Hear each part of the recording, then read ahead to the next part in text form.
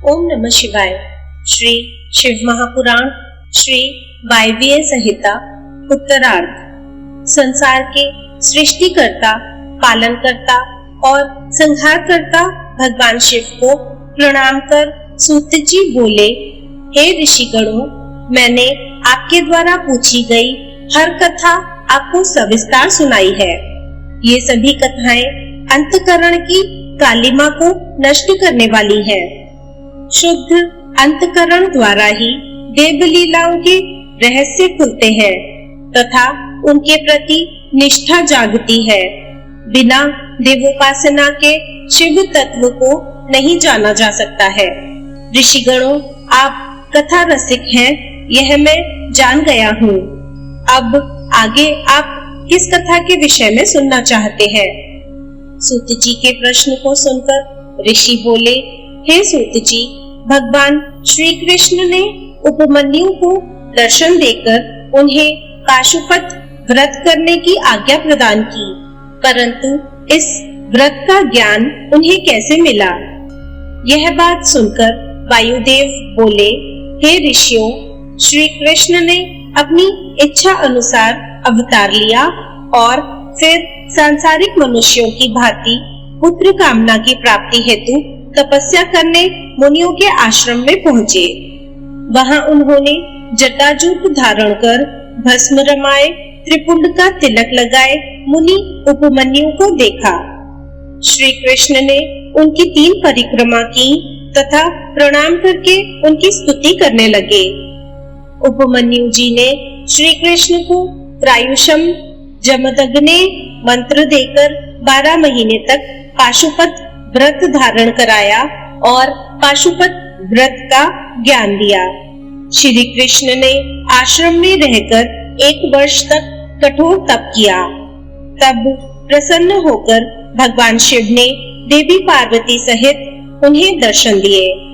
शिव जी ने श्री कृष्ण की तपस्या से प्रसन्न होकर उन्हें पुत्र प्राप्ति का वरदान दिया और अंतर्ध्यान हो गए।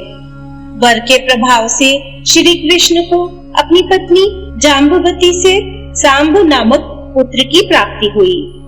वायुदेव बोले, हे मुनियों, एक दिन श्री कृष्ण जी ने उपमन्यु मुनि से कहा, हे महर्षि, आप मुझे देवादिदेव भगवान शिव के पाशुपत व्रत के ज्ञान को बताइए।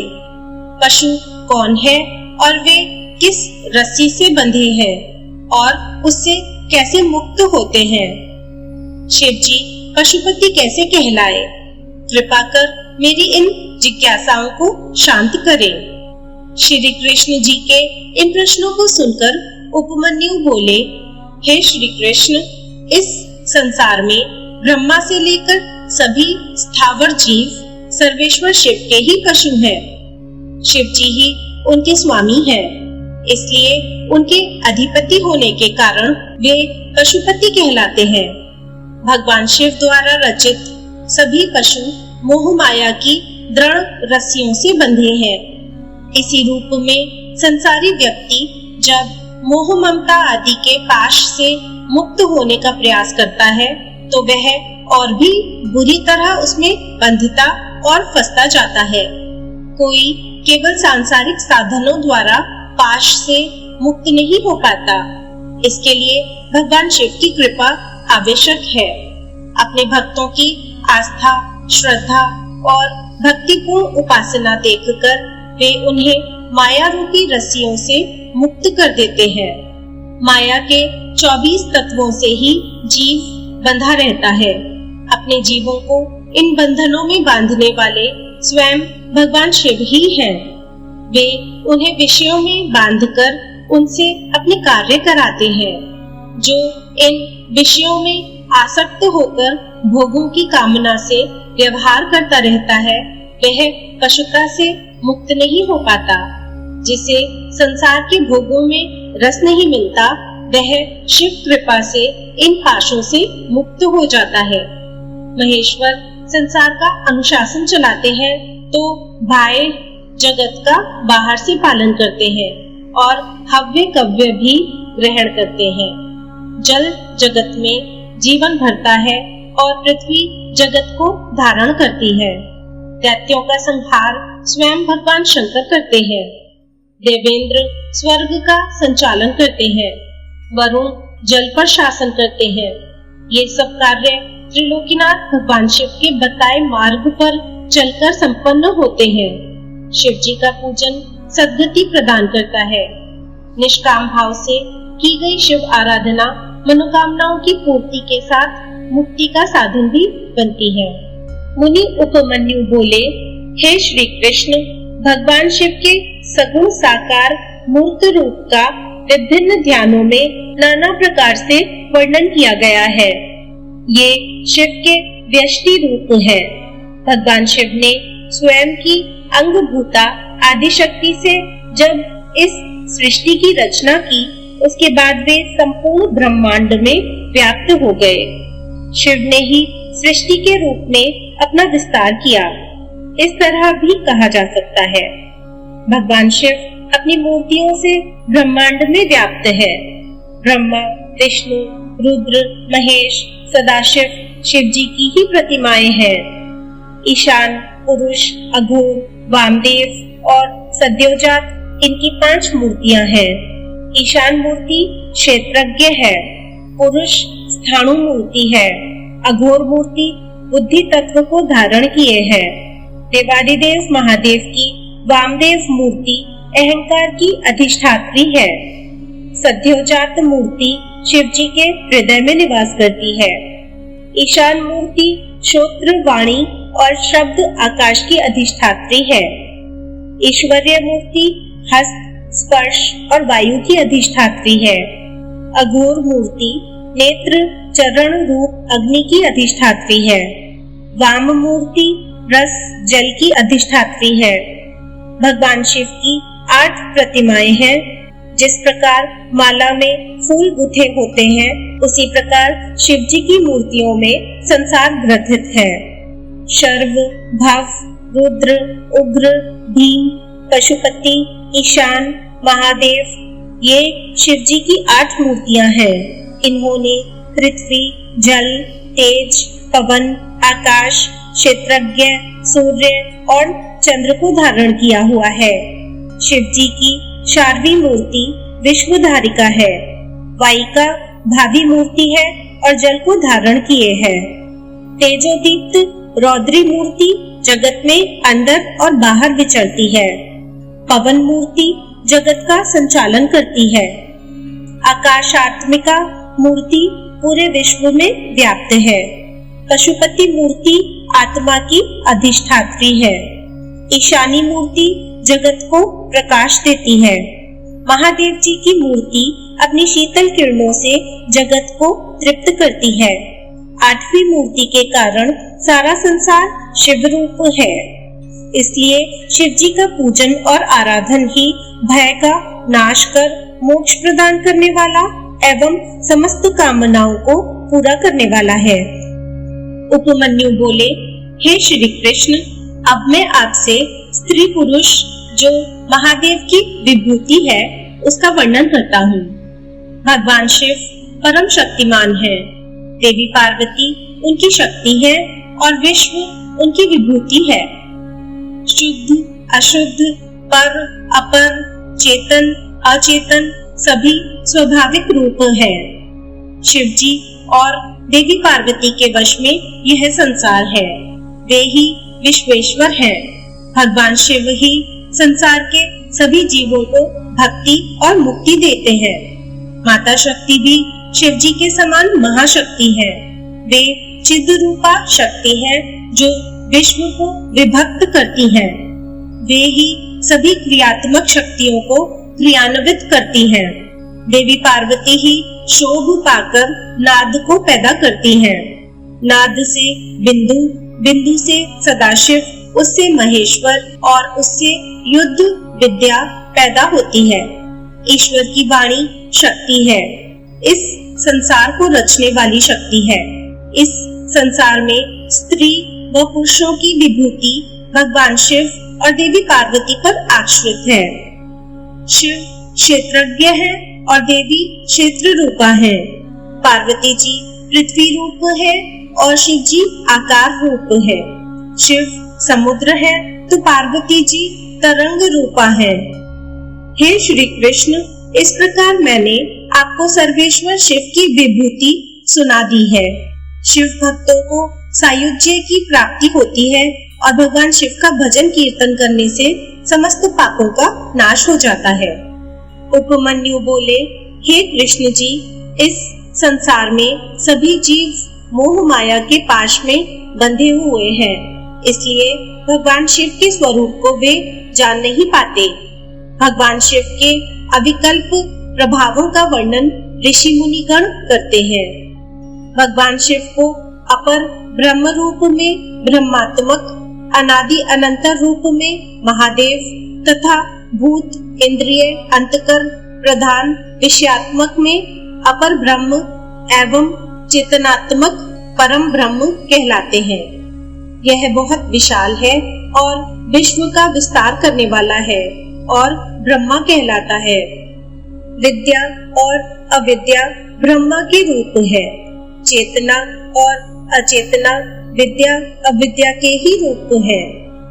विश्व भगवान शिव रूप है और संसार के सभी जीव भगवान शिव के अधीन है। त्रिलोकीनाथ भगवान शिव तो सत असत दोनों के स्वामी है। वे ही सत असत को क्षर अक्षर करते हैं। सभी प्राणी क्षर, अव्यय एवं अक्षर हैं और परमात्मा के रूप है।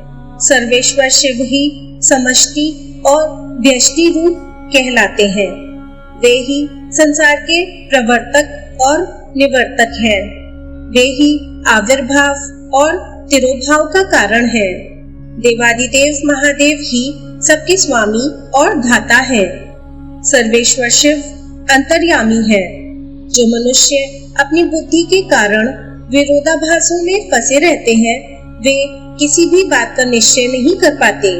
जो मनुष्य भगवान शिव की शरण में जाते हैं, उन्हें शिव तत्व का ज्ञान प्राप्त हो जाता है। उपमन्यु बोले, हे श्री कृष्ण, जिस प्रकार इंद्रजाल की माया जादूगर को भ्रमित नहीं करती, बल्कि उसकी लीलाओं को देखकर वह आनंदित होता है, उसी प्रकार सृष्टि रचना का आधार रूप भगवान शिव सभी प्रकार के बंधनों से सदैव मुक्त रहते हैं। त्रिलोकीनाथ देवादिदेव शिव तो सब बंधनों से दूर हैं। उन्हें कोई भी माया, प्रकृति, बुद्धि और अहंकार नहीं बांध सकता। शिव तो परम ब्रह्मा परमात्मा है। वे किसी वासना, मोह अथवा भोग के प्रभाव में नहीं आ सकते। बंधु, अबंधु, नियंता, प्रेरक, पति, गुरु, त्राता, अधिक समान, कांक्षित, अकांक्षित, जन्म मरण, विधि निषेध, मुक्ति बंधन, कोई भी सर्वेश्वर की राह में आगे नहीं आ सकता। देवादिदेव महादेव सारे संसार में व्याप्त है। सृष्टि से पूर्व शिव थे। सृष्टि रचना के बाद सृष्टि रूप भी शिव है और सृष्टि के खत्म होने के बाद भी शिव ही अवशिष्ट रहेंगे। यह ज्ञान ही समस्त दुखों को समाप्त करने वाला है। यही शिवोपासना और शिव आराधना का प्रतिफल है। सदाशिव के सच्चे स्वरूप को जिस प्राणी ने समझ लिया, वह कभी मोह के वश में नहीं होता। हिरण्यबाहु भी शिव रूप से काल के अग्रभाग है। हृदय के मध्य में सर्वेश्वर शिव का ही वास है। जो भगवान शिव का परम भक्त है, उसको संसार में हर मनोवांछित फल की प्राप्ति होती है। उपमन्यु बोले, हे श्री कृष्ण, परम ब्रह्म परमात्मा शक्तिशाली और विलक्षण वाले एक ही रूप है। सूर्य किरणों के समान ही उनकी कीर्ति देदीप्यमान है। इच्छा, ज्ञान और क्रिया रूप में उनकी अनेक शक्तियां विद्यमान हैं। इसी शक्ति के फलस्वरूप शिव पुरुष हुए और ज्ञानदायिनी आनंदमयी देवी पार्वती सूक्ष्म शक्ति कहलाई। प्रज्ञा, श्रुति, स्मृति रूपी शिव विद्या है। भगवान शिव ही वैद्य है। भगवान शिव की शक्ति विश्व को मोहने वाली और मुक्ति प्रदान करने वाली है। अपने हृदय में शिव शक्ति के स्वरूप का ध्यान करने वालों को परम शांति प्राप्त होती है। शिव शक्ति का तादात्म्य संबंध है। मुक्ति की कामना करने वालों के लिए ज्ञान एवं कर्मों की आवश्यकता नहीं है। मुक्ति तो भगवान शिव और देवी पार्वती के प्रसन्न होते ही प्राप्त हो जाती है। भगवान शिव के प्रसन्न होते ही मुक्ति सुलभ हो जाती है। भगवान शिव की भक्ति उन्हें प्रसन्न करती है। देवादिदेव महादेव जी में भक्ति भावना रखने वाले जीवों को मुक्ति मिल जाती है। सांग और अनंग दोनों सेवा भक्ति कहलाती है। सर्वेश्वर शिव की ध्यान साधना करने से समस्त कामनाएं पूरी होती है। तप, कर्म, जप, ज्ञान, ध्यान और चंद्रायण व्रत तप है। परमेश्वर शिव का नाम जपने व चिंतन करने से भगवान शिव की कृपा प्राप्त होती है। शिव शास्त्रों में भी इस ज्ञान का वर्णन है। श्री कृष्ण बोले, हे महर्षि, अब आप वेदों का सार सुनाइए। यह सुनकर उपमन्यु बोले, हे श्री कृष्ण, जब सर्वेश्वर शिव ने सृष्टि का निर्माण करने की इच्छा की, उस समय उन्होंने सर्वप्रथम ब्रह्मा जी को पैदा किया और उन्हें सृष्टि रचने का उपदेश दिया। ब्रह्मा जी ने वर्ण और आश्रम की व्यवस्था की। फिर यज्ञार्थ सोम रचना की। सोम द्वारा स्वर्ग बना। तत्पश्चात सूर्य, पृथ्वी, अनल, यज्ञ, विष्णु और इंद्र आदि देवता हाथ जोड़कर उनकी स्तुति करने लगे। परमात्मा ने जब देवताओं के ज्ञान का हरण कर लिया था, तब सब देवता भगवान रुद्र से पूछने लगे कि आप कौन है। तब रुद्रदेव बोले, हे देवगण, मैं पुराण पुरुष, त्रिकाल बाधित, भूत, भविष्य, वर्तमान में रहने वाला हूँ। मैं ही सबका नियंता हूँ। यह कहकर रुद्रदेव अंतर्ध्यान हो गए। देवता आश्चर्यचकित होकर देखने लगे। फिर सोम मंत्र से आराध्य भगवान शिव और देवी पार्वती की वे स्तुति करने लगे। देवताओं की स्तुति सुनकर देवादिदेव महादेव जी ने देवी पार्वती सहित उन्हें दर्शन दिए। तब अपने सामने पाकर देवता उन्हें प्रणाम करने लगे और बोले, हे स्वामी, हमें अपने पूजन का विधान सुनाइए। यह सुनकर भगवान शिव ने अपने चतुर्मुखी तेज रूप का दर्शन कराया। शिव जी का अद्भुत स्वरूप देखकर देवताओं ने शिव जी को सूर्य और देवी पार्वती को चंद्रमा मानकर अर्घ्य प्रदान किया। तब देवताओं को शिव तत्व का अमृतमय ज्ञान देकर शिव पार्वती अंतर्ध्यान हो गए। श्री कृष्ण बोले, हे मुनिवर, मैंने सुना है कि देवादिदेव परमेश्वर शिव हर युग में लोक कल्याण के लिए अवतार लेते हैं। इन अवतारों में उन्होंने किसे अपना शिष्य बनाया है, उनके विषय में बताइए। तब मुनि उपमन्यु बोले, श्री कृष्ण जी श्वेत, सुतार, मदन, सुहोत्र, महामायावी जगिष्व, ददिवाह, ऋषभ मुनि, उग्र, अत्रि, सुपालक, गौतम, वेदशिरा मुनि, गोकर्ण, गुहावासी, शिखंडी, जटामाली, अट्टहास, दारुक, लांगुली, महाकाल, शूली, दंडी, मुंडीश, सहिष्णु, सोम शर्मा और नकुलीश्वर, ये बारह कल्प के इस 7वें मनवंतर में युग क्रम से 28 योगाचार्य प्रकट हुए हैं। इनमें से प्रत्येक के शांति चित्त वाले 4-4 शिष्य हुए हैं, जो श्वेत से लेकर ऋष्य पर्यंत बताए गए हैं। मैं उनका क्रमशः वर्णन करता हूँ, सुनो।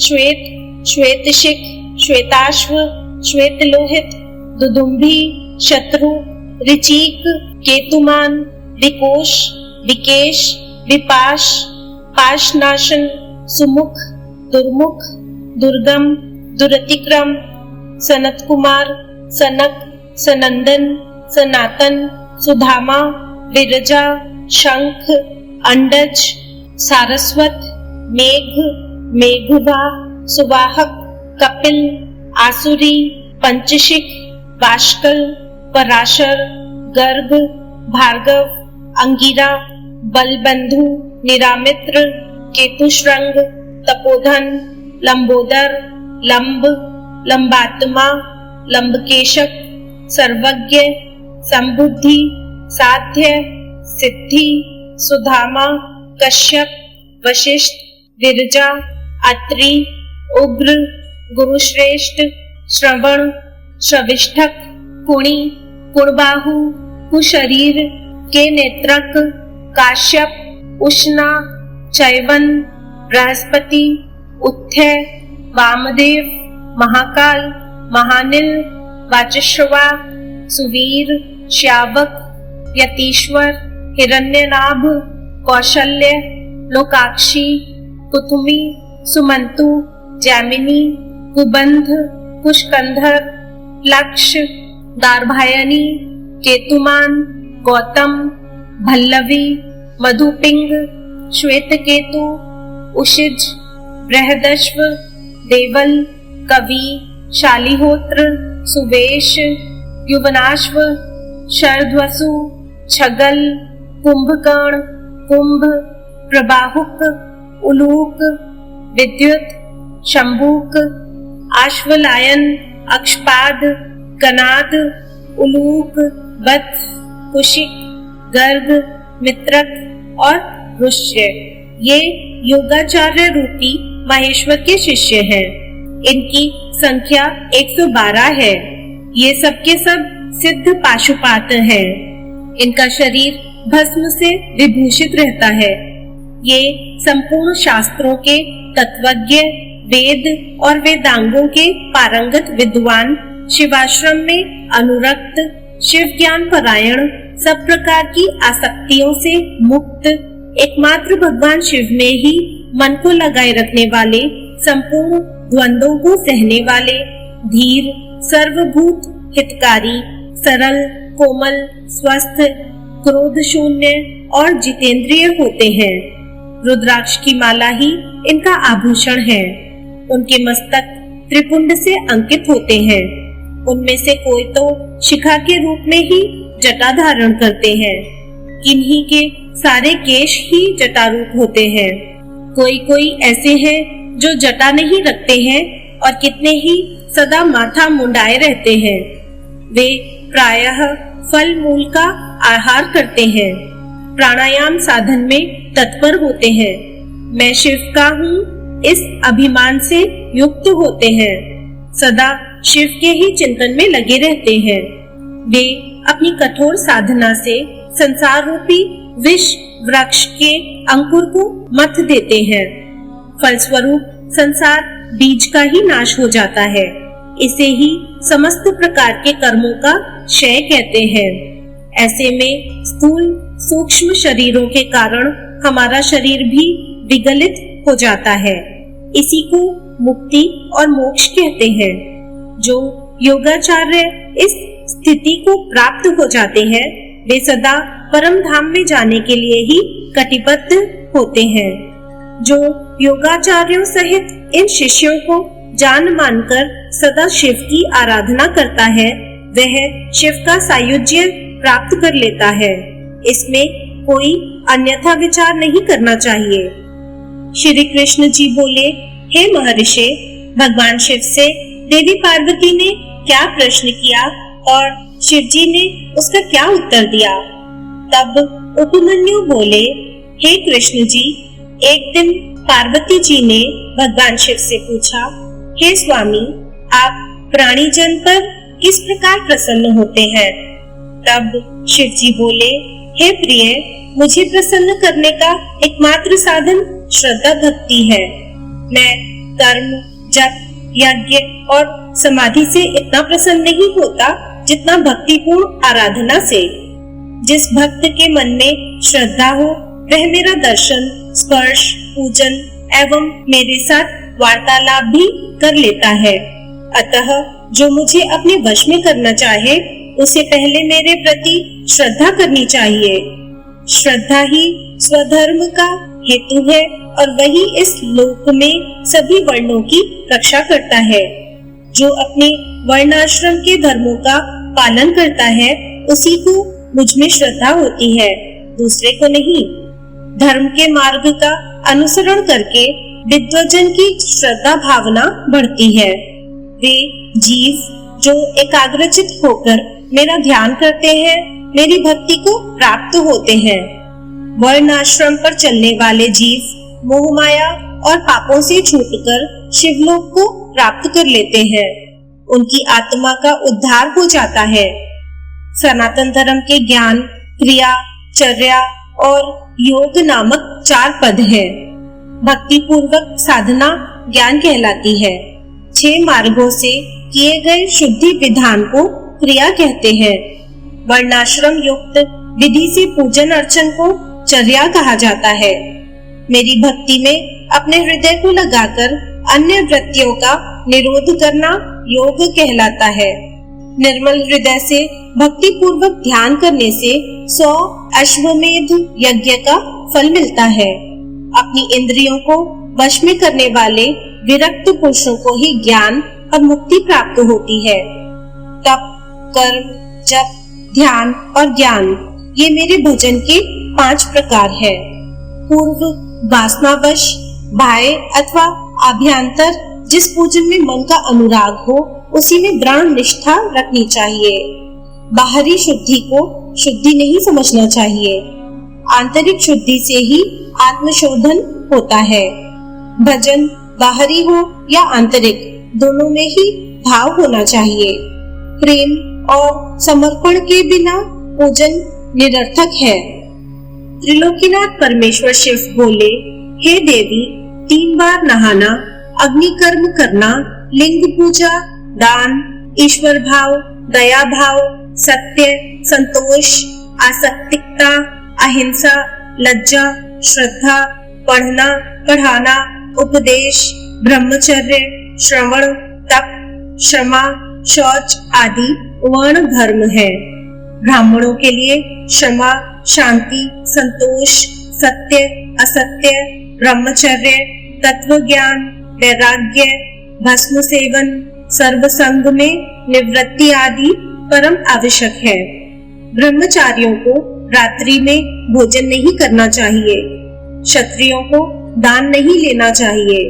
सभी वर्णों की रक्षा करना, शत्रुओं पर विजय, दुष्ट जन वध, ऋतुकाल में स्त्रीगमन, सेना रक्षण एवं मेरे भक्तों पर पूर्ण विश्वास करना आदि क्षत्रिय धर्म है। वैश्य धर्म गौरक्षा, व्यापार और खेती करना है।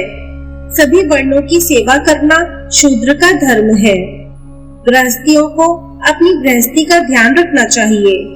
ब्रह्मचारियों को ब्रह्मचर्य, पत्नियों को पति आज्ञा का पालन करना चाहिए। विधवा स्त्रियों को भूमि शयन, धर्मव्रत, दान, तप, शांति का पालन करना चाहिए व चतुर्दशी, पूर्णमासी व एकादशी का व्रत करना चाहिए। मेरी आराधना करने वाले प्राणी जन को ओम नमः शिवाय मंत्र का जाप करना चाहिए।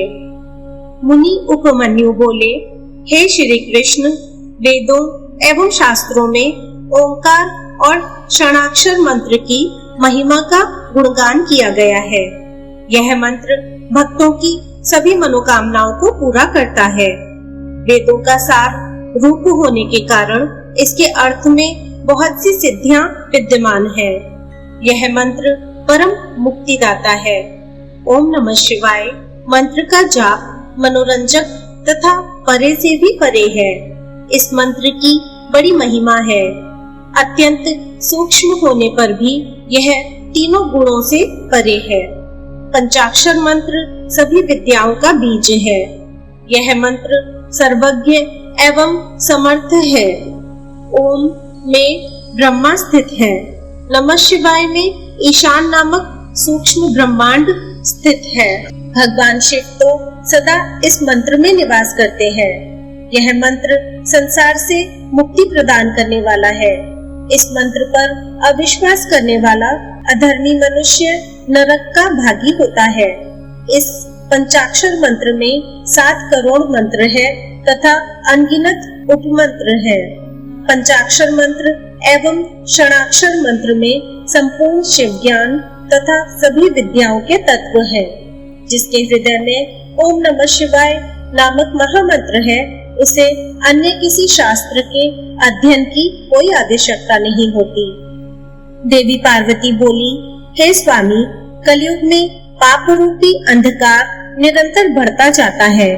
धर्म से विमुखता आ जाती है। धर्म के आचार विचार, सभी परंपराएं एवं मर्यादाएं नष्ट हो जाती हैं। तब उसमें आपके भक्तों की क्या गति होगी और वे कैसे मुक्त हो पाएंगे? पार्वती जी के वचन सुनकर शिव जी बोले, हे देवी, कलयुग में पंचाक्षर मंत्र का भक्ति पूर्वक जाप करने वाले मनुष्यों को मुक्ति मिल जाती है। पापियों, निर्दयी एवं कुटिल जन भी श्रद्धा भावना से पंचाक्षर मंत्र का जाप करने से भवसागर से पार हो जाते हैं। पंचाक्षर मंत्र के जपने से शिवलोक की प्राप्ति होती है। यह सर्वोत्तम मंत्र है। महर्षि इसी मंत्र के प्रभाव से स्वधर्माचरण करते हैं। प्रलय आने पर सभी स्थावर जंगम जीव नष्ट हो जाते हैं। तब मैं ही एकमात्र जीवित रहता हूँ। सारे वेद और शास्त्र मुझ में लीन हो जाते हैं। फिर नई सृष्टि का आरंभ होता है। सृष्टि के पुनः आरंभ में जब श्रीहरि क्षीर सागर में सो रहे थे, उस समय उनकी नाभि कमल से पंचमुखी ब्रह्मा की उत्पत्ति हुई। उन्होंने सृष्टि की रचना करने हेतु मेरी तपस्या की। तब मैंने ब्रह्मा जी को साक्षात दर्शन देकर उन्हें ओम नमः शिवाय मंत्र की दीक्षा दी। इसी मंत्र के प्रभाव से उन्होंने देवताओं, दानवों, ऋषियों एवं प्राणीजन की रचना की। नमः शिवाय यह 5 अक्षरीय मंत्र महा महिमावान है और सारे जगत का बीज रूप है। इसे वेदों से उत्तम माना गया है। मेरे द्वारा प्रकट प्रथम विद्या यही है। वामदेव इसके ऋषि है और पंक्ति छंद है। मैं इस मंत्र का देवता हूँ। यह मेरा परम प्रिय मंत्र है। पंचाक्षर मंत्र कलयुग में इस भवसागर से तारने वाला मंत्र है। भगवान शिव बोले, हे प्रिय, ऐसा व्रत जो क्रिया और श्रद्धा से हीन हो निष्फल होता है। तभी सिद्ध व्यक्ति श्रद्धा भाव बढ़ाते हैं और तत्व ज्ञाता गुरु की शरण में जाते हैं। प्राणीजन शरीर, मन और वाणी द्वारा उनका पूजन करते हैं और यथा योग्य वस्तुओं का दान करते हैं। इसलिए जब प्राणीजन गुरु की शरण में जाते हैं तो गुरु उन्हें मंत्र की दीक्षा देते हैं और जब शिष्य का अहंकार का भाव समाप्त हो जाता है तब उसे घृत से स्नान करा आभूषण से भूषित कर ब्राह्मणों का पूजन करें। फिर गौशाला या मंदिर में जाकर विधि पूर्वक ज्ञान का उपदेश दें। गुरु द्वारा दीक्षित मंत्र का प्रतिदिन 108 बार जाप करना चाहिए। इससे परम गति प्राप्त होती है। वाचिक जप का फल 1 गुना, उपांशु जप का 100 गुना, मानस का 1000 गुना, सगर्भ का लक्ष्य गुना होता है। मंत्र के अंत में ओंकार होना चाहिए। ध्यान के साथ मंत्र का जाप करना चाहिए। सूर्य, अग्नि, गुरु, चंद्रमा, दीपक, जल, ब्राह्मण और गौ के पास ही जप करना चाहिए। वशीकरण हेतु पूर्व, घात करने हेतु दक्षिण, धन प्राप्त हेतु पश्चिम, शांति हेतु उत्तर की ओर मुख करके जाप करना चाहिए। आचारहीन व्यक्तियों को लोक निंदक माना जाता है। तब उत्तम धन एवं श्रेष्ठ विद्या को आचार माना जाता है। निंदक मनुष्य को परलोक में भी सुख नहीं मिलता। इसलिए हमें सदाचार का पालन करना चाहिए। गुरु द्वारा दीक्षित मंत्र पतित चांडालों को भी सुधारने वाला तथा परम गति प्रदान करने वाला होता है। श्री कृष्ण बोले, हे महर्षि, अब आप मुझे शिव संस्कारों के बारे में बताइए। यह सुनकर उपमन्यु बोले, हे श्री कृष्ण, मनुष्य द्वारा 6 मार्गों को शुद्ध कर लेना संस्कार कहलाता है। ज्ञान प्रदान करने वाले तथा बंधनों का नाश करने वाले संस्कार दीक्षा कहलाते हैं। शांभवी, शाक्ति एवं मांत्री शांभवी दीक्षा 3 प्रकार की होती है। शांभवी तीर्व और तीर्वतरा 2 प्रकार की होती है। पाप नष्ट करने वाली तीर्व तथा आनंद प्रदान करने वाली तीर्वतरा शांभवी दीक्षा कहलाती है। योग मार्ग से शिष्य शरीर में प्रवेश कर गुरु द्वारा दी गई दीक्षा शाक्ति दीक्षा कहलाती है। कुंडल सहित की गई क्रिया दीक्षा मांत्री दीक्षा कहलाती है। शिष्य को अपने गुरु के गौरव को बढ़ाने हेतु नित्य उनका पूजन करना चाहिए। गुरु और भगवान शिव में कोई अंतर नहीं मानना चाहिए। हमें गुरु आज्ञा का अनुसरण करना चाहिए। गुणवान गुरु जो सर्वेश्वर शिव के परम भक्त हैं, परम मुक्तिदायक है। गुरुदेव अपनी शरण में आए ब्राह्मण शिष्य की 1 वर्ष, क्षत्रिय की 2 वर्ष एवं वैश्यों की 3 वर्ष तक परीक्षा करें। जो शिष्य दुख एवं ताड़ना पाकर भी मौन रहे और दुख का अनुभव न करे, उन्हें शिव तत्पात्र एवं शिव संस्कार योग्य मानना चाहिए। परीक्षा लेने के पश्चात गुरु को सप्रेम दीक्षा देनी चाहिए। उपमन्यु बोले, हे श्री कृष्ण, समायाहव्य संस्कार को ग्रहण करते समय सर्वप्रथम शुभ दिन और शुभ समय देखें। भूमि पर शिल्प से मनोहर मंडल की रचना करें, जिसके मध्य में वेदी हो। ईशान कोण से 8 दिशाओं में कुंडल बनाएं। फिर चंदोबा, ध्वजा, पताका, मालाओं से उसे शोभित करें। वेदी के मध्य में सुंदर मंडप होना चाहिए। फिर सोने चांदी द्वारा ईश्वर का आवाहन करें। सोने चांदी ना होने पर चावल, सिंदूर, पुष्पों से आवाहन करें। 2 हाथ लंबा श्वेत या लाल कमल बनाएं, जिसमें 8 कर्णिका हो। वेदी पर धान, चावल, सरसों, तिल, पुष्प, कुशा बिछाकर कलश की स्थापना करें। कलश में जल भरकर सुगंधित पुष्प, अक्षत, कुशा, दूर्वा डालें तथा उस पर नया लाल वस्त्र लपेटें। स्वयं आसन ग्रहण करें। मंडल के मध्य में महेश्वर का पूजन करें। फिर भगवान शिव का आवाहन करते हुए कलश का पूजन करें। दक्षिण में शिव जी के अस्त्रों को पूजें तथा मंत्रोच्चारण करते हुए यज्ञ आरंभ करें। शिव अग्नि में प्रधान आचार्य होम करे तथा भगवान शिव से सांसारिक दुखों से मुक्ति दिलाने की प्रार्थना करे। फिर शिष्य शिव जी की 3 बार परिक्रमा करे और दंडवत प्रणाम करे। फिर शिव मंत्र का उच्चारण करते हुए शास्त्रानुसार गुरु शिष्य के शरीर में प्रविष्ट होकर मूल मंत्र के तर्पण में 10 आहुतियां दे। तत्पश्चात शिष्य पुनः स्नान कर शुद्ध वस्त्र धारण करे और पुनः कुश के आसन पर बैठे। गुरु शिव नाम जपते हुए शिष्य के शरीर पर भस्म लगाए। फिर शिष्य के कान में शिव मंत्र का उपदेश दे। मंत्र की शिक्षा लेकर शिष्य उस मंत्र का उच्चारण कर शिव जी को प्रणाम करे। तत्पश्चात गुरु शिष्य को अभिमंत्रित रुद्राक्ष व शिव मूर्ति भेंट करे और शिष्य उसे सम्मान पूर्वक ग्रहण करे। उपमन्यु बोले, हे कृष्ण जी, कला, तत्व, भवन, वर्ण, पद, मंत्र आदि 6 अध्याय है। निवृत्ति, प्रतिष्ठा, विद्या, शांति और अतीत 5 अध्वा है, जो आवृत कहे जाते हैं। पृथ्वी को तत्वाध्वा कहा जाता है। त्रिलोकीनाथ भगवान शिव तो तत्व सहायक है, उनके तत्वों की गणना करना असंभव है। अभिमंत्रित रुद्राक्ष भेंट करने के बाद गुरु को शिष्य सहित मंडल में जाकर शिव पूजन करना चाहिए। 4 सेर चावलों की खीर बनाकर आधी खीर भगवान शिव को अर्पित कर देनी चाहिए। फिर नकार, मकार आदि 5 कलशों पर 5 वर्ण धारण कराएं। मध्य में ईशान, पूर्व में पुरुष, दक्षिण में अघोर, पश्चिम में सद्योजात, उत्तर में वामदेव को स्थापित करें। कलशों को प्रोक्षित कर हवन आरंभ करें।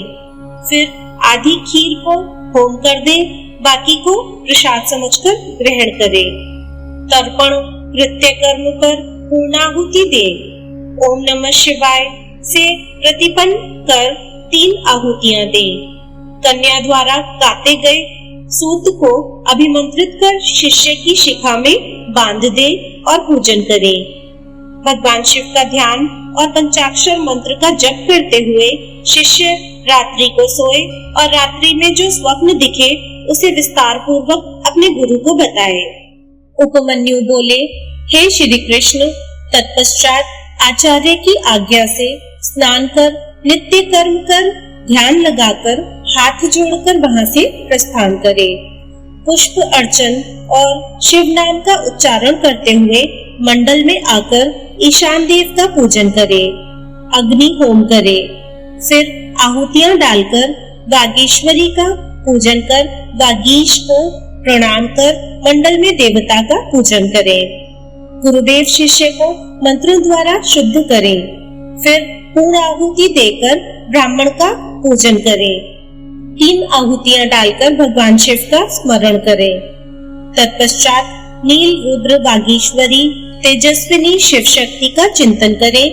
फिर गुरु कैंची का प्रोक्षण कर शिष्य की शिखा छेदन करें। फिर उसे गोबर में स्थापित कर अग्नि में होम कर दें। मंडल में विराजमान भगवान शिव और देवी पार्वती का ध्यान करते हुए उनसे प्रार्थना करते हुए कहें, हे देवादिदेव, कृपा निधान, आपकी परम कृपा से ही क्षणद्व का शोधन हुआ है और इसे अव्यय धाम की प्राप्ति हो। आप नाड़ी संधान के साथ पंचभूतों की शुद्धि करें। फिर 3 आहुतियां डालते हुए अणिमा का निरूपण करें। तत्पश्चात त्रिलोकीनाथ भगवान शिव और देवी जगदम्बा का पूजन कर अपने पुण्य कार्य को सफल करने की प्रार्थना करें। उपमन्यु बोले, हे श्री कृष्ण, मंडप के मध्य में भगवान शिव का पूजन करके वहां कलश की स्थापना करें और फिर हवन करें। हवन करने हेतु शिष्य को सिर खोले हुए मंडप में बैठा दें। उसके पश्चात 100 आहुतियों का हवन करने के बाद सुगंधित पुष्प मिले जल से अभिषेक करें और शिष्य को देवादिदेव भगवान शिव संबंधी विद्या प्रदान करें। तत्पश्चात शिष्य को साधन करने की रीति बताएं। साधन उपदेश को शिष्य ग्रहण करके गुरुदेव के सामने ही मंत्र का उच्चारण करे। साधन मूल मंत्र का पुरस्चरण होता है। इस प्रकार विधि विधान से भक्ति पूर्वक आराधना पूर्ण करने के पश्चात खीर का प्रसाद अर्पण करें और दंडवत प्रणाम करें। तत्पश्चात आसन पर बैठकर भगवान शिव का स्मरण करते हुए ध्यान लगाकर दीक्षित मंत्र का जाप करना आरंभ कर दें। इस मंत्र के 1 करोड़ अथवा सामर्थ्य अनुसार जप करें। इस प्रकार इस मंत्र का उपदेश देने वाले गुरु और उपदेश पाने वाले शिष्य के लिए इस लोक और परलोक में कुछ भी ऐसा नहीं है जिसे प्राप्त न किया जा सके। उपमन्यु बोले, हे कृष्ण जी, जब शिष्य दीक्षित मंत्र को साध ले तब उसे पाशुपति व्रत धारण कराएं। फिर उसे अभिषेक करने के लिए आसन पर बैठा दें। पंचकलाओं से पूर्ण कलश स्थापित कर भगवान शिव का पूजन करें। मध्य के कलश के जल से शिष्य का अभिषेक करें। फिर देवादिदेव भगवान शिव को सुंदर वस्त्र एवं आभूषणों से सुशोभित कर शिव मंडल में आराधना करनी आरंभ करें। 108 आहुतियां डालकर हवन संपन्न करें। फिर शिव जी की मूर्ति को वहां से उठा लें। शिव घट तथा अग्नि का पूजन और आराधना करें। फिर अश्व शोधन की क्रियाएं पूर्ण करें। भगवान शिव में असीम श्रद्धा और भक्ति भाव रखने वाले और शिव शास्त्रों को जानने वाले विद्वान और ज्ञानी ही शिव मंत्र को दुर्लभ समझते हैं, इसलिए शक्ति संस्कार कर निरूपण करते हैं। श्री कृष्ण जी बोले, हे महर्षि, अब आप मुझे कर्मकर्ता पुरुषों के नित्य कर्मों के बारे में बताइए। तब मुनिवर उपमन्यु बोले, श्री कृष्ण, सत्पुरुषों को प्रातःकाल ब्रह्म मुहूर्त में उठना चाहिए। उठकर सर्वप्रथम भगवान शिव और देवी पार्वती का ध्यान करें। अरुणोदय होने पर घर से बाहर शौच से निवृत्त होकर स्नान करें, फिर आचमन कर स्वच्छ वस्त्र पहने। 3 मंडलों की रचना कर भगवान शिव के मंत्र का जाप करना आरंभ करें। घुटने के बल बैठकर शिव जी को प्रणाम करके अर्घ्य दें। अर्घ्य देने के लिए जल में कुशा डालें, फिर शरीर पर भस्म धारण करें। मस्तक, छाती और दोनों भुजाओं पर त्रिपुंड धारण करें। तत्पश्चात गले, कानों और हाथों में रुद्राक्ष धारण करें। ब्राह्मणों को सफेद, लाल, पीत, रंगीन नए वस्त्र धारण कराएं। वस्त्र धारण करने के बाद पूजा के स्थान पर उत्तर की ओर मुख करके बैठें और हाथ जोड़कर अपने आराध्य देव त्रिलोकीनाथ भगवान शिव का ध्यान करें। ध्यान से उठने पर शिष्य नामाष्टक का पाठ कर गुरु को श्रद्धावनत होकर प्रणाम करे। उपमन्यु बोले, हे कृष्ण जी, न्यास गृहस्थियों के क्रमानुसार 3 प्रकार का होता है।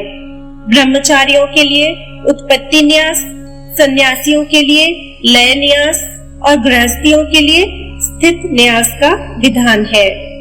अंगूठे से लेकर कनिष्का उंगली तक स्थित न्यास होता है। लय न्यास वाम अंगुष्ठ से दक्षिण अंगुष्ठ तक है। बिंदु के साथ नकारादि वर्णों का न्यास करना चाहिए। तल और अनामिका में शिवजी का न्यास करें। 10 दिशाओं में अस्त्र न्यास होना चाहिए। 5 भूतों के स्वामी एवं 5 कलाओं को अपने हृदय के मध्य ब्रह्मारंध्र में धारण करें। पंचाक्षर मंत्र का जाप करें। प्राणवायु को रोककर अस्त्र मुद्राओं से भूत ग्रंथि का छेदन कर सुषुम्ना नाड़ी द्वारा जप करें। फिर वायु द्वारा शरीर शोषण करें। फिर कलाओं का संहार करें। दुग्ध कलाओं का स्पर्श कर अमृत द्वारा सिक्त कर शरीर को उचित स्थान पर स्थापित करें। तत्पश्चात भौतिक शरीर को भस्म द्वारा स्नान कराएं।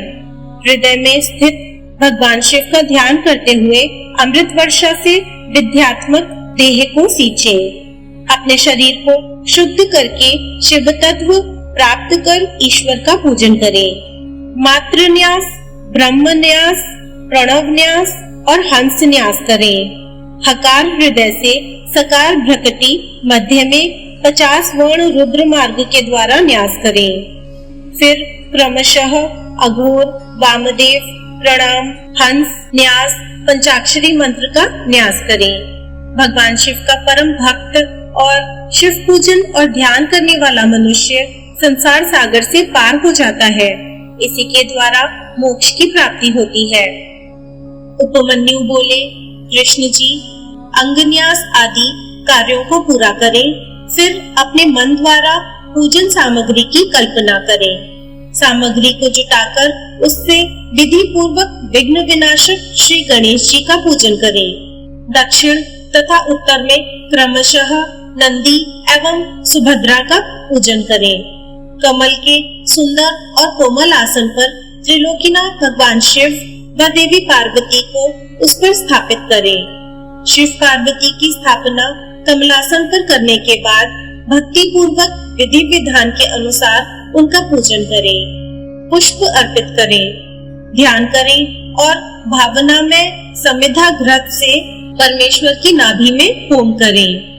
भ्रकुटी के मध्य में परम पवित्र दीप ज्योति के आकार वाले भगवान शिव का ध्यान करें।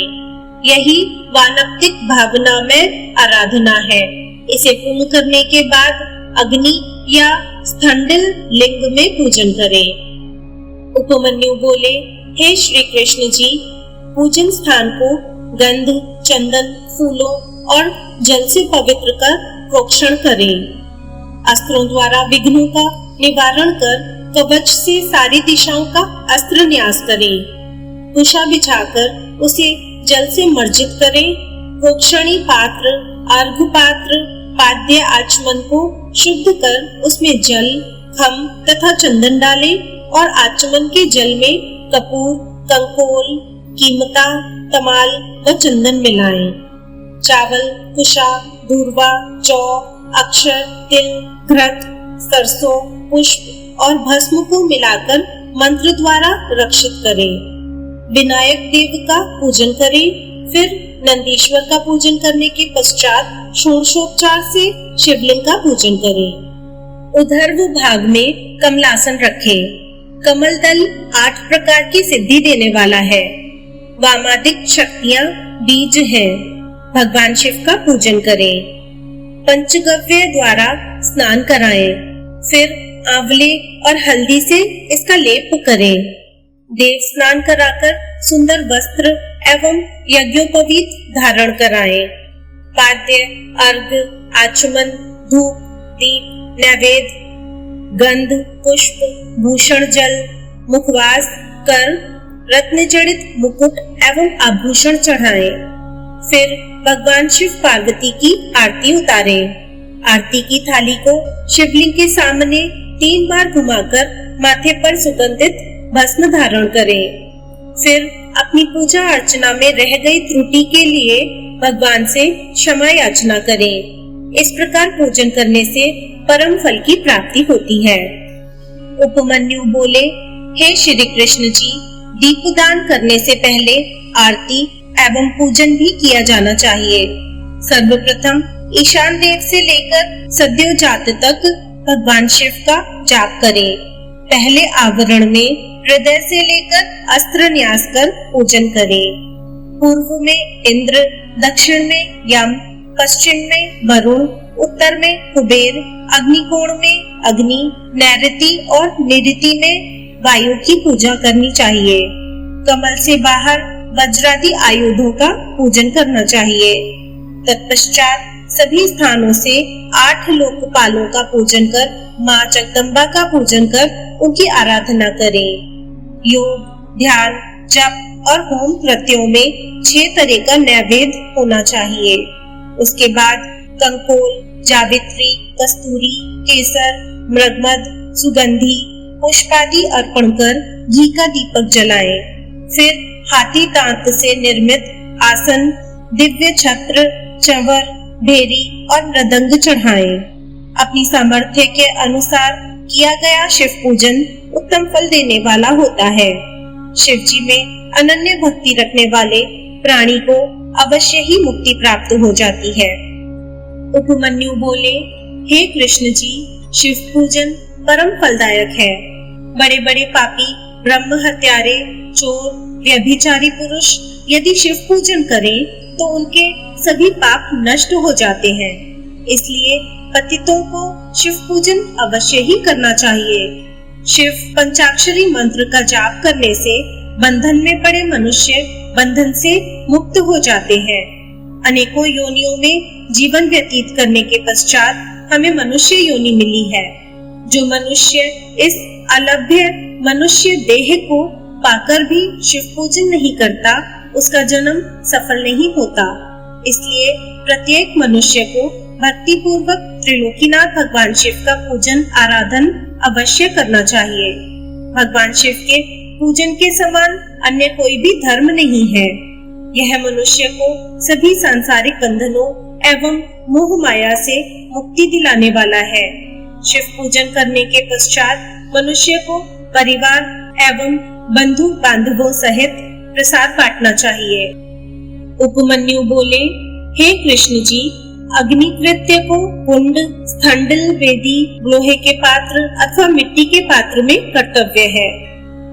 उसमें विधि पूर्वक अग्नि की स्थापना करनी चाहिए और फिर हवन करना आरंभ करें। सबसे पहले कुंड का निर्माण करें। कुंड के चारों ओर 3 मेखला होनी चाहिए। फिर कुंड में योनि की रचना करें। कुंड को गोबर से लीपकर उसे अग्नि में तपाएं और तत्पश्चात उस पर वेदोक्त सूत्र लिख दें। कुशा पुष्पों से कुंड को प्रोक्षित करें। पूजन की सभी सामग्री एकत्रित करें। मणि द्वारा उत्पन्न या किसी ब्राह्मण के घर से लाई गई अग्नि को ही ग्रहण करें। कुंड की 3 बार परिक्रमा कर अग्नि बीज मंत्र का उच्चारण करते हुए कुंड में अग्नि स्थापित करें। फिर दक्षिण दिशा में शिव पूजन कर मंत्र न्यास आदि कर घी में धेनु मुद्रा दिखाकर स्त्रुवा को तपाकर प्रोक्षण करें। फिर संस्कारों की सिद्धि के लिए बीज मंत्रों से होम करें। ऐसा करने से शिवाग्नि संपन्न हो जाती है। तत्पश्चात भगवान शिव के अर्धनारीश्वर रूप का आवाहन कर उसका पूजन करें। फिर दीपक तक सिंचन कर समिधाओं से होम करें। दूर्वा एवं घी की आहुतियां दें। धान, खील, जौ, सरसों, तिल को घी में मिलाकर उससे होम करें। फिर 3 प्रायश्चित आहुतियां दें। बचे घी को एक पुष्प पर रखकर वौषट मंत्र द्वारा हवन करें। विसर्जन कर अग्नि की रक्षा करें। देवों का आवाहन कर उनका पूजन करें। भस्म को मंत्र द्वारा धारण करें। अग्नि कृत्य समाप्त होने पर शिव शास्त्रानुसार बलि कर्म करें। विद्या के सामने गुरु मंडल की रचना करें और उस पर आसन बिछाकर फूल से गुरु पूजन करें। फिर निर्धनों को भोजन कराकर स्वयं भोजन करें। फिर आचमन कर शिव मंत्र को जपते हुए ध्यान करें। उपमन्यु बोले, हे श्री कृष्ण जी, प्रत्येक माह के दोनों पक्षों की अष्टमी और चतुर्दशी के दिन उत्तरायण संक्रांति ग्रहण काल में विशेष पूजन करना चाहिए। माघ के महीने में पंचगव्य शोध कर शिव जी को स्नान कराएं और उस जल को पिए। इस जल को पीने से ब्रह्म पाप भी नष्ट हो जाते हैं। पौष माह में पुण्य नक्षत्र में भगवान शिव की आरती करें। माघ में मघा नक्षत्र में कंबल और घी का दान करें। फागुन के उत्तरा फागुनी नक्षत्र के दिन बहुत बड़ा उत्सव करें। चित्रा नक्षत्र में चैत्र माह में शिव जी का ढोला उत्सव करें। वैशाख के वैशाखा नक्षत्र में फूल मंडली उत्सव करें। जेठ महीने के मूल नक्षत्र में शीतल जल का कुंभ दान करें। आषाढ़ के उत्तराषाढ़ा में पवित्र व्रत धारण करें। श्रावण माह के श्रवण नक्षत्र में प्राकृत प्रकार के सभी मंडल बनाकर उनका पूजन करें। उत्तरा भाद्रपद नक्षत्र में प्रोक्षण करें। पूर्वाषाढ़ा नक्षत्र में जल क्रीड़ा करें। असौज में खीर खाएं। शतभिषा नक्षत्र में अग्नि कर्म करें। कार्तिक में प्रतिका नक्षत्र पर सहस्त्र दीपक जलाकर उनका दान करें। मृगशिर महीने के आद्रा नक्षत्र में स्नान करें। अपने द्वारा किए गए किसी बुरे कार्य के लिए भगवान शिव से क्षमा याचना करें और बुरे कार्यों के लिए प्रायश्चित करें। इस प्रकार नित्य पूजन करने से इसी जन्म में मोक्ष की प्राप्ति होती है। श्री कृष्ण बोले, हे महर्षि, अब आप मुझसे शिव धर्म के अधिकारी पुरुषों का कर्तव्य कर्म निरूपण करें। उपमन्यु बोले, हे कृष्ण, कर्म ऐहिक और आयुष्मिक 2 प्रकार के होते हैं, जिसमें आयुष्मिक कर्म क्रियामय, तपोमय, जन्मय, ध्यानमय, सर्वमय आदि कुल 5 प्रकार के होते हैं। इन कर्मों की पूर्णता हेतु हवन, दान और पूजन आदि सब कर्म किए जाते हैं। शक्तिमान पुरुष ही इन कर्मों को सफल करते हैं। भगवान शिव ही अपने भक्तों को आज्ञा और शक्ति प्रदान करने वाले हैं। इसलिए उन्हीं पुरुषों को काम्य कर्म करना चाहिए। यह काम्य कर्म इस लोक और परलोक दोनों में परम फलदायक है। शिव महेश्वर है, वे सबके ईश्वर हैं। ज्ञान पूर्वक यज्ञ करने वाले शिव भक्त ही महेश्वर हैं। इसलिए ही आभ्यंतर कर्म शैव तथा वाह कर्म महेश्वर हैं। गंध रस वर्ण द्वारा भूमि परीक्षा कर पृथ्वी के पृष्ठ पर पूर्व दिशा की उत्पत्ति करें और मंडल की रचना करें। फिर सर्वेश्वर महेश्वर का पूजन करें। 3 तत्वों से युक्त त्रिलोकीनाथ भगवान शिव की मूर्ति के समक्ष शक्ति का आवाहन करें। तत्पश्चात 5 आवरणों का पूजन शुरू करना चाहिए। उपमन्यु बोले, हे श्री कृष्ण, सबसे पहले भगवान शिव के दक्षिण में बैठे गणनायक, बाईं ओर कार्तिकेय एवं चारों ओर ईशान से सद्योजात का पूजन करें। द्वितीय आवरण में पूर्व दिशा के बाईं ओर से शक्ति, सूक्ष्म तत्व, पश्चिम में शक्ति, उत्तर दिशा में ईशान कोण का रुद्र सहित पूजन करें। तृतीय आवरण में शिव जी की 8 मूर्तियों का पूजन करें। फिर वृषेंद्र का पूजन करें। तत्पश्चात दक्षिण में नंदी, उत्तर में महाकाल, शास्त्रों, अग्निकोण एवं मातृकाओं का दक्षिण दिशा में पूजन करें। श्री गणेश को नैऋत्य कोण में पूजें। पश्चिम में कार्तिक, वायव्य में ज्येष्ठा, उत्तर में गौरी व ईशान कोण में चंड का पूजन करें। चौथे आवरण में सर्वप्रथम ध्यान करें। फिर पूर्व में भानु, दक्षिण में ब्रह्मा, पश्चिम में रुद्र, उत्तर में श्री हरि विष्णु का पूजन करें। आदित्य, भास्कर, भानु, रवि का पूजन करने के बाद 8 ग्रहों का पूजन करें। 5वें आवरण में देव योनि का पूजन करें और फिर देवेश का पूजन करते हुए पंचाक्षरी मंत्र का जाप करें। पूजन करने के पश्चात भगवान शिव पार्वती को सभी भोग अर्पित करें। फिर स्तुति गायन करें और ओम नमः शिवाय का 108 बार जाप करें। क्रमानुसार गुरुदेव का पूजन करें। सभी आवरणों के साथ देव विसर्जन करें। सब सामान गुरुदेव को अर्पित करें। यह योग योगेश्वर कहलाता है, जो चिंतामणि तुल्य है। उपमन्यु बोले, हे श्री कृष्ण, अब मैं आपको पंचवर्ण नामक पवित्र स्तोत्र सुनाता हूँ। हे जगतनाथ, प्रकृति से सुंदर नित्य चेतन स्वरूप की सदा जय जयकार हो। हे सरल स्वभाव वाले पवित्र चरित्रवान सर्वशक्ति संपन्न पुरुषोत्तम, तुम्हारी सदा ही जय हो।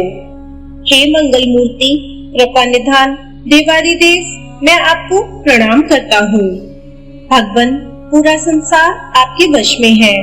प्रभु, आप सब पर कृपा करके अपने भक्तों की कामनाओं को पूरा करें। हे जगदम्बा, हे मातेश्वरी, आप हम सब भक्तों के मनोरथों को पूरा कीजिए।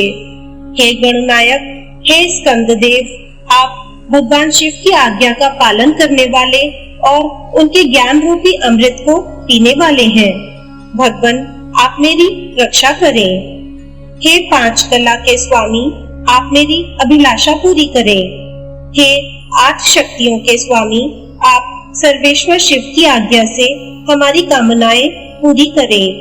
हे 7 लोकों की माता, आप मेरी प्रार्थना स्वीकार करें। हे विघ्न विनाशक, आप हमारे शुभ कार्यों में आने वाले सभी विघ्नों को दूर करें। इस प्रकार यह आवरण स्तोत्र अत्यंत शुभ है। प्रतिदिन इस कीर्तन को श्रवण करने वाला पापों से छूटकर मोक्ष को प्राप्त होता है। उपमन्यु बोले, कृष्ण जी, सर्वप्रथम प्राणवायु को जीतना चाहिए, क्योंकि इस पर विजय प्राप्त होने से सब वायुओं पर विजय मिल जाती है।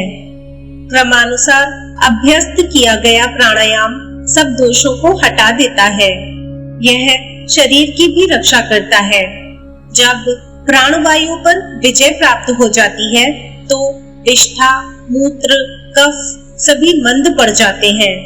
श्वास वायु लंबी देर तक से आने लगती है। हल्कापन, द्रुत गमन, उत्साह, बोलने में चातुर्य, सभी रोगों का विनाश सब प्राणायाम की सिद्धि से पूरे हो जाते हैं। इंद्रियों को वश में करने का नाम प्रत्याहार है, क्योंकि इंद्रियां ही विषयों में संलग्न होती हैं। सभी इंद्रियों को वश में कर लेना ही परम सुखकारी होता है। यह ही विद्वानों को ज्ञान और वैराग्य प्रदान करता है। अपनी इंद्रियों को वश में कर लेने से आत्मा का उद्धार होता है। अपने हृदय को एकाग्र करना और शिव चरणों में समर्पित कर देना ही सांसारिक बंधनों से मुक्ति प्रदान करता है। मुनिवर उपमन्यु श्री कृष्ण को पारलौकिक विधि के बारे में बताते हैं। यह विधि सर्वोत्तम है। इस त्रिलोक में निवास करने वाले सभी प्राणी इस विधि का आश्रय लेकर अपने पद को प्राप्त करते हैं। सबने अपने पदों के अनुसार सुख, शासन और राज्य को प्राप्त किया है। भगवान शिव को श्वेत चंदन के जल से स्नान कराएं। श्वेत कमल से ही उनका पूजन कर हाथ जोड़कर प्रणाम करें। उन्हें कमल के ही आसन पर विराजमान करें। धातु का शिवलिंग बनाकर उसका पूजन करें। बेल पत्रों द्वारा कमल के दाईं ओर बैठे हुए भगवान शिव और देवी पार्वती का पूजन आराधन करें। फिर सुगंधित वस्तुओं से सुरभित करें। मूर्ति के दाईं ओर अगर, पश्चिम ओर मैनसिल, उत्तर में चंदन और पूर्व में हरिताल लगाएं। तत्पश्चात भगवान शिव की मूर्ति के चारों ओर गूगल और अगर की धूप दें। फिर उन्हें नए वस्त्र पहनाएं। फिर उन्हें खीर का नैवेद्य अर्पित कर घी का दीपक जलाएं। मंत्रोच्चारण करते हुए शिव जी की परिक्रमा करके हाथ जोड़कर प्रार्थना करें और अपने द्वारा किए गए अपराधों के लिए क्षमा याचना करें। इस प्रकार पूजा करने से मोक्ष की प्राप्ति होती है। मुनि उपमन्यु ने श्री कृष्ण से कहा, हे कृष्ण, जितने भी प्रकार की सिद्धियां हैं वे शिवलिंग की स्थापना करने से तत्काल सिद्ध हो जाती हैं। सारा संसार लिंग का ही रूप है, इसलिए इसकी प्रतिष्ठा से सबकी प्रतिष्ठा हो जाती है। ब्रह्मा, विष्णु और रुद्र कोई भी अपने पद पर स्थिर नहीं रह सकते। अब मैं तुम्हें भगवान शिव के लिंग के बारे में बताता हूँ। लिंग 3 गुणों को उत्पन्न करने का कारण है। वह आदि और अंत दोनों से रहित है। इस संसार का मूल प्रकृति है और इसी से चर अचर जगत की उत्पत्ति हुई है। यह शुद्ध, अशुद्ध और शुद्धाशुद्ध आदि से 3 प्रकार का है। सभी देवता और प्राणीजन इसी से उत्पन्न होकर अंत में इसी में लीन हो जाते हैं। इसलिए भगवान शिव को लिंग रूपी मानकर उनका देवी पार्वती सहित पूजन किया जाता है। भगवान शिव और देवी पार्वती की आज्ञा के बिना इस संसार में कुछ भी नहीं हो सकता। त्रिलोकी के प्रलय काल आने पर जब भयानक प्रलय मची थी, उस समय श्री हरि भगवान विष्णु क्षीर सागर में अथाह जल के बीच शेष शैया में सो गए। तब उनके नाभि कमल से ब्रह्मा जी की उत्पत्ति हुई। शिव जी की माया से मोहित ब्रह्मा जी विष्णु जी के पास जाकर उनसे बोले, तुम कौन हो? यह कहकर उन्होंने निद्रामग्न श्रीहरि को झंझोड़ दिया। तब जागकर श्रीहरि ने आश्चर्य से अपने सम्मुख खड़े व्यक्ति को देखकर पूछा, पुत्र, तुम कौन हो और यहाँ क्यों आए हो? यह सुनकर ब्रह्मा जी को क्रोध आ गया। तब वे दोनों ही अपने को बड़ा और सृष्टि का रचयिता मानकर आपस में झगड़ने लगे। जल्दी ही बढ़ते बढ़ते बात युद्ध तक पहुंच गई और ब्रह्मा विष्णु में भयंकर युद्ध होने लगा। तब त्रिलोकीनाथ भगवान शिव उस युद्ध को रोकने के लिए दिव्य अग्नि के समान प्रज्वलित लिंग रूप में उनके बीच में प्रकट हो गए। उन्हें देखकर दोनों आश्चर्यचकित हो गए और उनका अभिमान जाता रहा। तब वे उस लिंग के आरंभ और अंत की खोज के लिए निकल पड़े। ब्रह्मा ने हंस का रूप धारण किया और तीव्र गति से ऊपर चले गए। श्री हरि ने वराह रूप धारण किया और नीचे की ओर गए। 1000 वर्षों तक दोनों लिंग के आदि अंत की तलाश में घूमते रहे, परंतु उन्हें कुछ न मिला। उन्होंने यही समझा कि यह कोई प्रकाशमान आत्मा है। तब ब्रह्मा जी और विष्णु जी दोनों ने हाथ जोड़कर श्रद्धा भाव से प्रकाश पुंज शिवलिंग को प्रणाम किया। मुनि उपमन्यु बोले, हे वासुदेव, उस समय वहां पर ओंकार का नाद होने लगा, परंतु ब्रह्मा और विष्णु दोनों ही उस ब्रह्म ध्वनि को समझ न सके। ओम में स्थित अकार, उकार और मकार क्रमशः दक्षिण, उत्तर और मध्य भाग में तथा अर्धमात्रा रूपी नाद लिंग के मस्तक पर जा पहुंचा। प्रणव अपना रूप बदलकर वेद के रूप में प्रकट हुए। अकार से ऋग्वेद, उकार से यजुर्वेद, मकार से सामवेद और नाद से अथर्ववेद की उत्पत्ति हुई। सर्वप्रथम ऋग्वेद की उत्पत्ति हुई। इसमें रजोगुण से संबंधित विधि मूर्ति थी। सृष्टि लोक तत्वों में पृथ्वी, अव्यय, आत्मा, काल निवृत्ति, 64 कलाएं और ऐश्वर्य आदि विभूतियां ऋग्वेद से प्राप्त हुई। यजुर्वेद से सत्वगुण, अंतरिक्ष और विद्या आदि तत्वों की प्राप्ति हुई। सामवेद से तमोगुणी रुद्रमूर्ति एवं संहारक वस्तुएं उत्पन्न हुई। अथर्ववेद में निर्गुण आत्मा का वैभव, माहेश्वरी, सदाशिव, निर्विकार आत्माओं की स्थिति का वर्णन है। नाद मेरी आत्मा है। समस्त विश्व ओंकार के अर्थ का सूचक है। ओम शब्द शिव का वाचक है। शिव और प्रणव में कोई अंतर नहीं है। संसार की रचनाकर्ता ब्रह्मा, रक्षक विष्णु और संहारक रुद्र है। रुद्र ही ब्रह्मा विष्णु को अपने नियंत्रण में रखते हैं। वे शिव ही सब कारणों के कारण है। आप दोनों बिना बात ही एक दूसरे के दुश्मन बने हैं, इसलिए मैं आपके बीच शिवलिंग रूप में उत्पन्न हुआ हूँ। यह सुनकर ब्रह्मा और विष्णु दोनों का ही अभिमान टूट गया और वे भगवान शिव से बोले, हे ईश्वर, आपने हमें अपने चरण कमलों के दर्शन का सुअवसर प्रदान किया है। हम धन्य हो गए। हमारा अपराध क्षमा करें। तब भगवान शिव बोले, हे पुत्रों, तुम दोनों अभिमानी हो गए थे, इसलिए मुझे यहाँ लिंग रूप में प्रकट होना पड़ा। अब अभिमान त्याग कर सृष्टि के कार्यों को पूरा करने में अपना योगदान दो। श्री कृष्ण जी बोले, हे मुनिवर, आपने मुझ पर कृपा कर इस अद्भुत कथा को मुझे बताया। अब आप लिंग और वेदी की प्रतिष्ठा की विधि भी बताइए। यह सुनकर उपमन्यु बोले, हे कृष्ण, शुक्ल पक्ष में शिव शास्त्र के अनुसार शिवलिंग का निर्माण कराएं। गणेश जी का पूजन कर लिंग को स्नान के लिए ले जाएं। 5 स्थान की मिट्टी, गोबर और पंचगव्य से शिवलिंग को स्नान कराएं। मंत्रोच्चारण करते हुए लिंग का जल में अधिवास करें। मूर्ति को सुंदर वस्त्र और आभूषणों से सुसज्जित कर उनका पूजन करें और उन्हें चौकी पर स्थापित करें।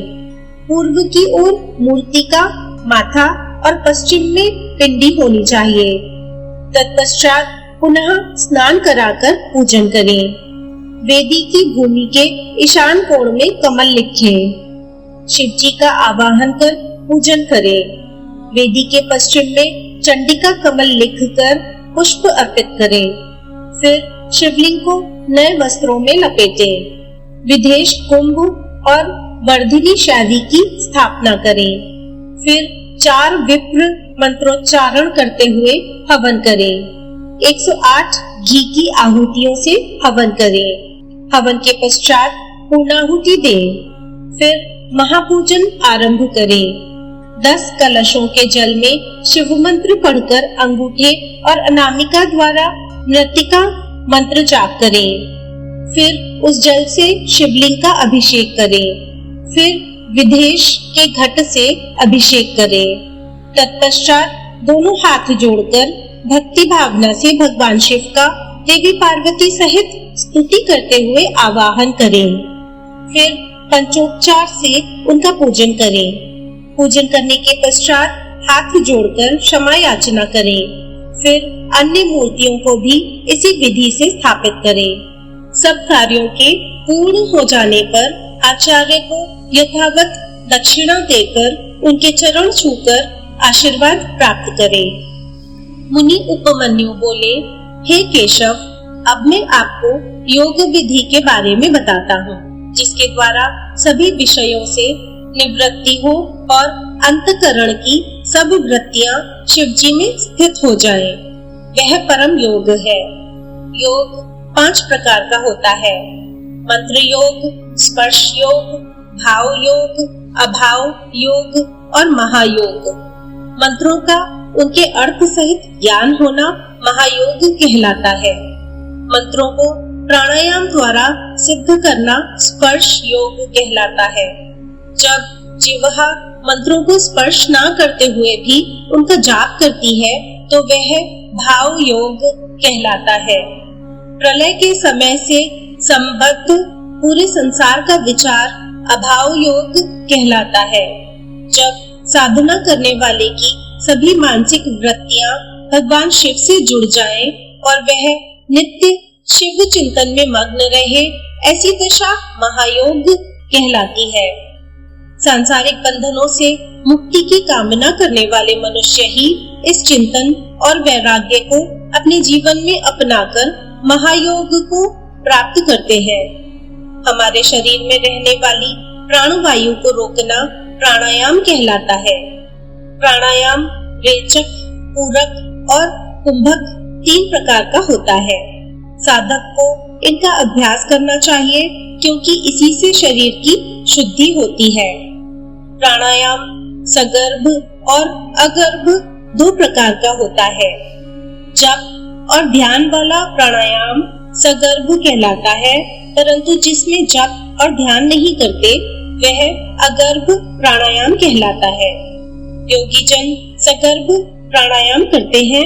प्राणवायु पर विजय प्राप्त कर लेने पर सभी वायु उस योगी के अधिकार में आ जाती है।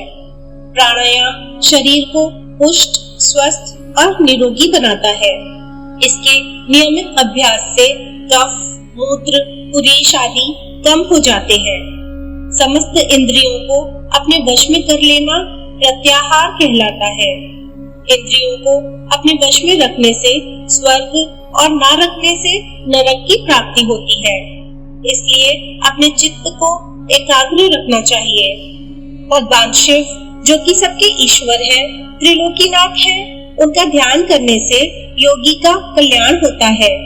अपने पूरे शरीर के साथ साथ इंद्रियों पर काबू पाने से आत्मा का उद्धार होता है। उपमन्यु बोले, हे केशव, आलस्य, व्याधि, प्रमदा, थान, संशय, चित्त का एकाग्र न होना, अश्रद्धा, दुख, वैमनस्य आदि योग में पड़ने वाले विघ्न हैं। इन विघ्नों को सदा शांत करते रहना चाहिए। इन सब विघ्नों के शांत होने पर 6 उपसर्ग उत्पन्न हो जाते हैं। प्रतिमा, श्रवण, वार्ता, दर्शन, आस्वादन, वेदना आदि भोग के विषय हैं। यथार्थ ज्ञान प्राप्त हो जाने पर भी विप्र भ्रष्ट नहीं होता, यही प्रतिमा है। यत्न के बिना जब सब कुछ हमें सुनाई देने लगता है उसे श्रवण कहते हैं। सभी प्राणियों की बात को जानना और समझ लेना वार्ता कहलाता है। बिना कोई कोशिश किए जब सब कुछ आसानी से दिखाई देने लगे तो उसे दर्शन कहते हैं। दिव्य पदार्थों के स्वाद का नाम आस्वादन है। वेदना को सभी प्रकार के स्पर्शों का ज्ञान माना जाता है। योगी उपसर्ग पाकर सिद्ध हो जाता है। उपमन्यु बोले, हे केशव, त्रिलोकीनाथ भगवान शिव का सभी योगी मुनि ध्यान करते हैं। इसी के द्वारा सिद्धियां प्राप्त होती हैं। सविनय और निर्विषय आदि ध्यान कहे गए हैं। निर्विषय ध्यान करने वाले अपनी बुद्धि के विस्तार से ध्यान करते हैं और ब्रह्म में प्रवेश करते हैं। सविषय ध्यान सूर्य किरणों को आशा देने वाला होता है। शांति, प्रशांति, दीप्ति, प्रसाद, ये दिव्य सिद्धियां देवी का ध्यान करते हुए प्राणायाम द्वारा सिद्ध होती हैं। बाह्य और अभ्यंतर अंधकार का विनाश प्रशांति और सभी आपत्तियों का नाश शांति है। बाह्य अभ्यंतर प्रकाश का दीप कहा जाता है। जब हमारी बुद्धि शुद्ध हो जाए, यही प्रसाद है। बाहर भीतर के सभी कार्य पूर्ण होने पर सब कारण प्रसिद्ध हो जाते हैं। भगवान शिव जो साक्षात परमेश्वर हैं, उनका भक्ति पूर्वक ध्यान करने से सभी पाप तत्काल नष्ट हो जाते हैं। बुद्धि का प्रवाह ध्यान एवं स्मरण से होता है। समस्त ऐश्वर्य, अणिमा आदि सिद्धियां एवं मुक्ति भगवान शिव का स्मरण एवं ध्यान करने से मिलती हैं। देवादिदेव महादेव जी का ध्यान मोक्ष प्रदान करने वाला है। इसलिए ज्ञानी मनुष्यों को शिव ध्यान एवं स्मरण अवश्य करना चाहिए। ज्ञान योग यज्ञों से बढ़कर फल देता है। महायोगी योग सिद्ध कर लोकहित और लोक कल्याण हेतु लोक भ्रमण करते रहते हैं। वे विषय वासना को तुच्छ मानते हैं और सब इच्छाओं को त्याग कर वैराग्य ले लेते हैं। वे शिव शास्त्रों में वर्णित विधि के अनुसार अपनी देह का त्याग कर देते हैं। इससे उन्हें मुक्ति प्राप्त हो जाती है। भगवान शिव में अगाध भक्ति और श्रद्धा रखने वाले ज्ञानी मनुष्यों को इस सांसारिक मोह माया से मुक्ति मिल जाती है और वे जन्म मरण के चक्करों से मुक्त होकर परम शिव धाम को प्राप्त कर लेते हैं। सूत जी बोले, हे मुनियों, महर्षि उपमन्यु ने भगवान श्री कृष्ण को ज्ञान योग का उपदेश दिया।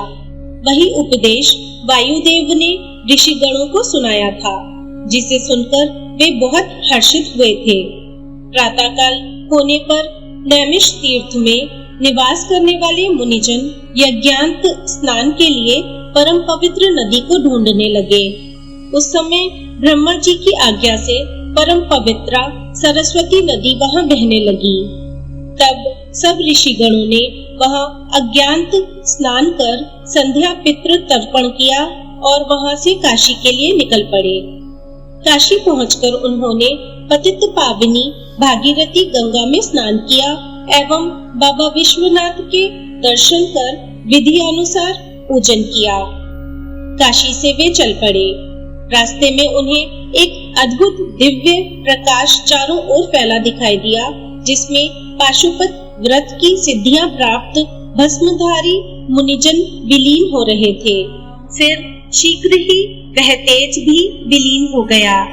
यह देखकर नैमिषारण्य के सभी मुनिजन ब्रह्मा जी से मिलने ब्रह्मलोक चल दिए।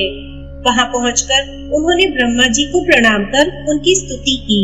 मुनीश्वर बोले, हे जगत पिता ब्रह्मा जी, वायुदेव ज्ञानोपदेश देकर वहां से चले आए।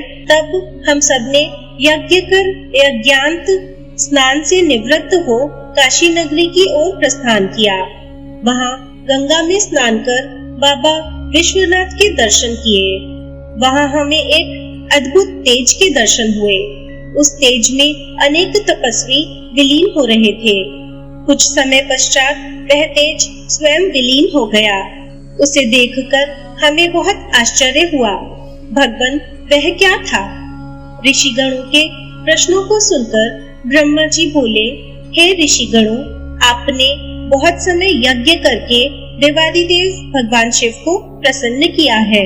उस दिव्य तेज में प्रवेश करने वाले पाशुपत व्रतधारी मुनि थे।